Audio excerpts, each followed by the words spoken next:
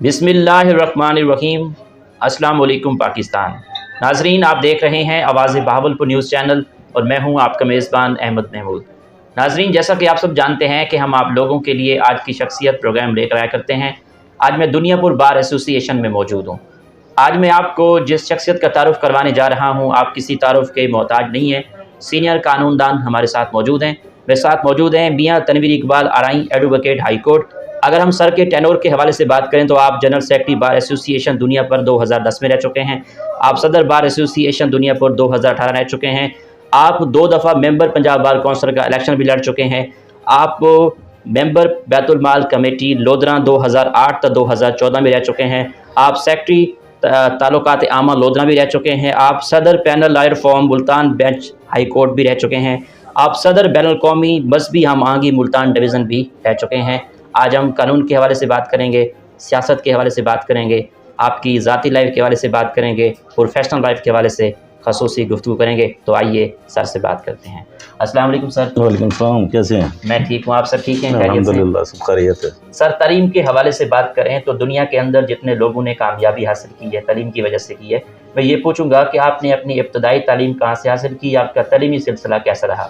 मैंने इब्तदाई तालीम अपने गांव के स्कूल गवर्नमेंट हाई स्कूल चक नंबर 362 WB से हासिल की और उसके बाद मैंने FSc और BSc ऐसी कॉलेज बहावलपुर से किए। फिर मैंने MA इंग्लिश जो है BZU मुल्तान से किया और LLB भी जो है BZU मुल्तान से की मैंने। ठीक। वकील बनने का शौक़ कैसे पैदा हुआ? आपको शौक़ था या वालिद साहब ने कहा कि वकील बनना है? मैंने 97 में बतौर लेक्चरर भर्ती हो गया था। दौरान लेक्चरशिप मैंने वकालत से इंस्पायर होकर मैं वकालत में आया। ये मेरा पैशन था, ज़ाती पैशन था। मैंने इसको बेहतर समझा लेक्चरशिप से। फिर मैंने वहाँ से रिज़ाइन दे के फिर मैं दौरान लेक्चरशिप मैंने LLB की और फिर वकील बन के फिर मैं इधर प्रोफेशन में आया। वकालत का आगाज़ कब किया? 2001 में। ठीक। अच्छा सर, ये अच्छे वकील में क्या खसूसियत होनी चाहिए? एज ए सीनियर कानून खानदान क्या देखते हैं आप? अच्छे वकील में यही होना चाहिए कि तो तहम्मुल बर्दारी होनी चाहिए। दूसरा ये है कि उसको अपने प्रोफेशन के साथ मुखलस होना चाहिए, अपने क्लाइंट के साथ मुखलस होना चाहिए, और जो अदालत है उसके साथ उसका रवैया बड़ा मुखलसाना होना चाहिए, नरम होना चाहिए और उसको अपने कानून केस को जो है प्लीड करना चाहिए, उसको ज़ातियात बना के नहीं जाना चाहिए। वकील का काम यही है कि वो केस अदालत में प्लीड करता है, जज को फैक्ट्स बताता है, जज की मर्ज़ी है, जो मर्ज़ी फैसला कर दे। एक वकील मुआशरे की इस्लाह के लिए क्या किरदार अदा कर सकता है? वकील मुआशरे की इस्लाह के लिए सबसे पहले जिस तरह मुअल्लम है, उसके बाद मुअल्लम के बाद मेरे ख्याल में वकील ही है जो मुआशरे की इस्लाह कर सकता है। हमारे पास जितने केसेस आते हैं तो मेरी तो अपनी ज़ाती तौर पे यही कोशिश होती है कि मैं 70-80% केसेस में मैं लोगों का राज़ीनामा करवा देता हूँ। और कुछ लोग जो जुर्म करते हैं, जो शराब में आते हैं या दूसरे केसेस में आते हैं, तो मेरी यही होती है कि उनको कसम कुरान ले कि उनसे कुछ मतलब उनको समझा के उनको कह देते हैं कि आप ये डकैती छोड़ दें, चोरी छोड़ दें, शराब छोड़ दें। फिर मसाले देते हैं कि डाकू का चोर का कुछ भी नहीं बनता, शराबी जो है सारी ज़िंदगी की चीज़ जो है। तो उसमें हमें सलाह के लिए वहाँ बहुत सी चीज़ें मौजूद हैं जो वकील मुआशरे के लिए कर सकता है इन पॉजिटिव वे, तो उसको करनी चाहिए। सर, हमारी ज़िंदगी में रूल ऑफ लॉ की क्या अहमियत है? रूल ऑफ लॉ के बगैर कोई मुआशरा जो है ना आगे जा ही नहीं सकता। लेकिन बदबख्ती है और बदकिस्मती है हमारे मुल्क की कि जब से बना है आज तक यहाँ पे ना लॉ तो बहुत मौजूद हैं लेकिन इम्प्लीमेंटेशन ऑफ लॉ नहीं है। और इम्प्लीमेंटेशन ऑफ लॉ अगर है भी तो यहाँ फिर वो मतलब गरीब अमीर का फ़र्क, जिस तरह एक जड़ मुआशरे में और जो जहलाना रवायात में होता रहा है, सेम हमारा कानून वैसे ट्रीट कर रहा है लोगों को। जो आला मरतबों पर लोग हैं या जो आला ओहदों पर लोग हैं या दौलतमंद लोग हैं, उनके लिए इंसाफ के पैमाने और हैं बदकिस्मती से, और जो गरीब लोग हैं उनके लिए इंसाफ के पैमाने और हैं। आपके सामने ये जितने अभी सुप्रीम कोर्ट के खुद नोटिस हैं या हाई कोर्ट के केसेस हैं या प्रायोरिटी बेसिस पे जो केस सुने जाते हैं, बदबख्ती है कि जो सुने जाने चाहिए लोगों के केसेस वो नहीं सुने जा रहे हैं। अपील्स लोगों की सालों साल से जब से पाकिस्तान बना है अपील्स पड़ी हैं और लोग कई ऐसे लोग हैं कत्ल के केसेस में लोग बाहर बरी हो गए लेकिन अंदर ही जेल में मर गए। तो ये बदबख्ती और बदकिस्मती है हमारी कि हमारे पास इम्प्लीमेंटेशन ऑफ लॉ नहीं है और लोगों को इंसाफ के लिए सारा कुछ बेचना पड़ता है, फिर भी जाके इंसाफ नहीं मिलता, फिर लोग खुद इंसाफ करते हैं। आज के इस मॉडर्न दौर में बार और बेंच के ताल्लुक को कैसे देखते हैं? बार और बेंच के तल्लक के बगैर तो ये चल ही नहीं सकता, क्योंकि हम दोनों जो है ना, जिस तरह वो पुरानी कहावत है कि गाड़ी के 2 पहिए हैं, एक पहिए के बगैर दूसरा पहिया जो है ना खुद नहीं चल सकता। तो बार और बेंच का तल्लक जो है वो तो बहुत ज़रूरी है, उसके बगैर तो कहानी आगे बढ़ ही नहीं सकती। अगर वकील तावन नहीं करेगा अदालत के साथ तो आगे नहीं चल सकता। अगर जज नहीं करेगा तो जज आगे उसको नहीं लेके जाए। लेकिन बदबख्ती ये है कि जज को लिसनर होना चाहिए। जज की जो बेसिक क्वालिफ़िकेशन है ना, काबिलियत नहीं है। मेरे अपने जो 23 साल 24 साल कैरियर है उसमें मैं जो देख रहा हूँ, जज को जो है ना वो उसको सुनने में जो है ना उसको पेशेंस होना चाहिए, उसको लिसनर अच्छा होना चाहिए। लेकिन यहाँ बदबख्ती है, यहाँ जज बोलते ज़्यादा हैं, सुनते कम हैं। इंसाफ की फराहमी को बेहतर करने के लिए आपकी क्या तजवीज़ है एज़ अ कानूनदान? मेरी तो यही है कि जिस तरह इसमें बड़ी कानून बहुत मौजूद हैं, अब इसकी इम्प्लीमेंटेशन के लिए काम करने की ज़रूरत है। इम्प्लीमेंटेशन देखें हम जिस तरह हमारे मुआशरा हमारे सामने है, मेरा मुख्तलिफ़ ममालिक में जाना होता रहा है। जिस तरह आप सऊदीया को ले लें या दुबई को ले लें, तो वहाँ पे कोई चोरी नहीं करता, क्योंकि उसे पता है इसने हाथ काट देना है। कोई रियायत नहीं है, ड्राइविंग कोई गलत नहीं चलाता। मैंने वहाँ अनपढ़ जहाँ लोग टैक्सी चलाते देखे, उनके साथ बैठे हैं, वो देखते हैं जी कैमरा लगा हुआ है जी। तो वहाँ इम्प्लीमेंटेशन ऑफ लॉ है, यहाँ भी इम्प्लीमेंटेशन ऑफ लॉ होनी चाहिए। अगर इम्प्लीमेंटेशन ऑफ लॉ नहीं होगी तो फिर नहीं। और फिर ये है कि ये बराबर होना चाहिए। ये नहीं है कि ये मिनिस्टर का बेटा है, ये जज का बेटा है, इसको नहीं जाकर हर बंदे को कानून के नीचे आना पड़ेगा, फिर ही हम तरक्की कर सकते हैं, इसके बगैर नहीं कर सकते। हाई कोर्ट के जजेस की तैनाती का जो तरीक़ाकार है कैसा है, तजवीज़ दें, किस तरह होना चाहिए? ये बदबख्ती है हमारी, बदकिस्मती है हमारी कि 1947 से लेकर आज तक ये सबसे बड़ा अलमिया है इस पाकिस्तान का। मेरे अपने ज़ाती तजर्बे और जो ज़ाती मुशाहदा है, इसकी रोशनी में ये है कि अगर हाई कोर्ट और सुप्रीम कोर्ट के जजेस इनको मेरिट पे लिया जाए, काबिलियत पे लेके आया जाए, तो अगर ये जजेस ठीक हो जाए तो पूरा मुआशरा ठीक हो जाएगा। लेकिन यहाँ बदबख्ती है, यहाँ पिक एंड चूज़ के ऊपर जज आते हैं, चैम्बर से जज आते हैं, और जज का बेटा ही जज बन सकता है। किसी गरीब आदमी का बड़ा बेटा हाई कोर्ट का जज नहीं बन सकता, ना काबिल आदमी जज बन सकता है। यहाँ चैम्बर्स के लोग होते हैं, एक बंदा किसी चैम्बर से चीफ जस्टिस है तो वो अपने चैम्बर के बंदे रखेगा। जो हाई कोर्ट का जज एलिवेट हो जाता है वो अपने बेटे को रखेगा, अपनी बहू को रखेगा, अपने भाई को रखेगा, फिर ना बचा तो शागिर्द को रख लेगा, और फिर वो उनके मकासद के लिए काम करते हैं। वो लोग को जो बंदा लेके आता है वो फिर ज़ाहिर है उसकी बातों को मानना पड़ता है। इसकी में बहुत ज़्यादा ज़रूरत है। लेकिन सिविल जज की रिक्रूटमेंट का तरीक़ाकार है, उसके 14 पेपर होते हैं, इंटरव्यू होता है, साइकोलॉजिकल टेस्ट होता है, फिर जाके वो सिविल जज बनता है। सरकारी वकील के लिए यही है कि उसके लिए भी पहले इम्तिहान होता है, फिर उसको, लेकिन इसी तरह जो एडिशनल सेशन जज है उसके लिए होता है। इवन यहाँ पटवारी भर्ती करने के लिए टेस्ट होता है, लेकिन हाई कोर्ट का जज बनाने के लिए कोई ज़रूरी नहीं है। आप मंजूर नज़र होने चाहिए, आपके पास एक जस्टिस होना चाहिए, या कोई फ़ौज में एक आला ओहदेदार होना चाहिए, वो आपको उठा के एलिवेट करके जज बना सकता है। तो ये बड़ी बदबख्ती है। और आजकल जो स्टाफ ऊपर वाली अदालतों में चल रहे हैं, वो माजरत के साथ ऐसे लोग हैं जिनके बारे में क्या कहा जा सकता है। इनके इसके लिए यही है कि इसके लिए भी तरीक़ाकार यही होना चाहिए। मैं तो यही मुनासिब समझता हूँ कि यहाँ से नीचे से लोगों को ऊपर लेके जाना चाहिए, और इसके लिए कोई मैकेनिज़्म बनाना चाहिए, टेस्ट होना चाहिए, और उसको देखना चाहिए, परखना चाहिए, और वो टेस्ट लेने वाले लोग जो हैं न्यूट्रल लोग होने चाहिए, उनका जुडिशरी से कोई तल्लुक नहीं होना चाहिए। सर, आप जनरल सेक्रेटरी बार एसोसिएशन रह चुके हैं, प्रेसिडेंट रह चुके हैं, आपने अपने दोनों टेन्योर में क्या डेवलपमेंट करवाई बार को लेकर? मैंने बार एसोसिएशन के लिए ये जो जहाँ हम बैठे हैं, ये इसके रोड्स के लिए मैंने काम किया, रोड्स बनाए, फिर इसका बारूम मैं लेके आया। यहाँ बहुत बुरे हालात थे, बारूम नहीं था। बारूम मैं पीपल्स पार्टी का अहदेदार होने की वजह से मैंने बाबर अवान साहब से पर्सनल रिक्वेस्ट की। पीपल्स पार्टी के दौर में जब वो मिनिस्टर थे ला के, तो उन्होंने मेहरबानी की, हमें यहाँ रोड्स दिए, और ये बारूम जो है वो ख्वाजा शरीफ साहब जो हैं चीफ जस्टिस, उनको मैं मिला बतौर जनरल सेक्रेटरी, उन्होंने मेहरबानी की और हमें ये वो उन्होंने दिया। और फिर वकला कॉलोनी के लिए जब मैं सेक्रेटरी था उस वक्त मैंने वकला कॉलोनी के लिए जगह रिज़र्व कराई, उसका हाई कोर्ट में केस किया। यहाँ 27 एकड़ रकबा रिज़र्व है फॉर वकला कॉलोनी। और बतौर सदर जब मैंने सदर के लिए आया, मैंने यहाँ वकला के चैम्बर्स के लिए ये एक्सटेंशन चैम्बर्स बनाए, यहाँ पे कुछ 33-34 चैम्बर्स बनाए हैं, और उस वकला कॉलोनी की काज को लेके हम आगे गए हैं। यहाँ रिकॉर्ड रूम, मेरा ख्याल है पंजाब की कम तहसीलें हैं, और ये दुनिया पर पहली तहसील थी जब मैंने बतौर सदारत यहाँ पे रिकॉर्ड रूम मुंतकिल करवाया। नहीं तो लोगों को नकल लेने के लिए लोधरा जाना पड़ता था। तो फिर ये रिकॉर्ड रूम का हमने जब यहाँ पे शुरू करवाया, रिकॉर्ड रूम का मैंने अपने दौर में इफ्तिताह करवाया, संग बुनियाद रखा, और अपने दौर में इसका इफ्तिताह करवाया। और अब लोधरा जाने की ज़रूरत नहीं है। जब से ज़िला बना है तब से लेकर आज तक सारा रिकॉर्ड दुनियापुर में तहसील लेवल पे मिल सकता है, और बाकी किसी तहसील में आज भी ये पंजाब में नहीं है। और दूसरा, यहाँ की प्लांटेशन के लिए यहाँ हमने जुडिशरी के साथ मिलकर, जो अंदर आप जाएँ अदालतों के अंदर, ये बहुत बड़ा एरिया है, यहाँ प्लांटेशन हमने बाहर की तरफ से प्लांट्स जो है जुडिशरी को जो फराहम किए, और लोगों को वहाँ पे इमदाद भी की। वहाँ अंदर बहुत अच्छे, ज़्यादा नहीं है तो 2000-3000 दरख्त लगे हुए हैं, तो किसी भी बार में ये इतने सायादार दरख्त और इतने फलदार दरख्त नहीं है। और वकला कॉलोनी की काज को भी हमने आगे बढ़ाया है। तो उसके लिए मज़ीद भी अल्लाह ने जब मौका दिया तो फिर करेंगे इंशाल्लाह। सर, दुनियापुर बार एसोसिएशन में अब क्या मसाइल हैं जिन पे आपका फोकस हो एज ए कानूनदान के इनको हल होना चाहिए? हाँ, मेरे ख्याल में ये दुनियापुर बार एसोसिएशन के लिए जो सबसे बड़े दो मसाइल अब इस टाइम में, एक तो नौजवान वकला के लिए चैम्बर्स की ज़रूरत है, वो नहीं है यहाँ पे। चैम्बर्स जो है ना वो मौजूद होने चाहिए, उसके लिए जगह होनी चाहिए और जगह यहाँ मौजूद है।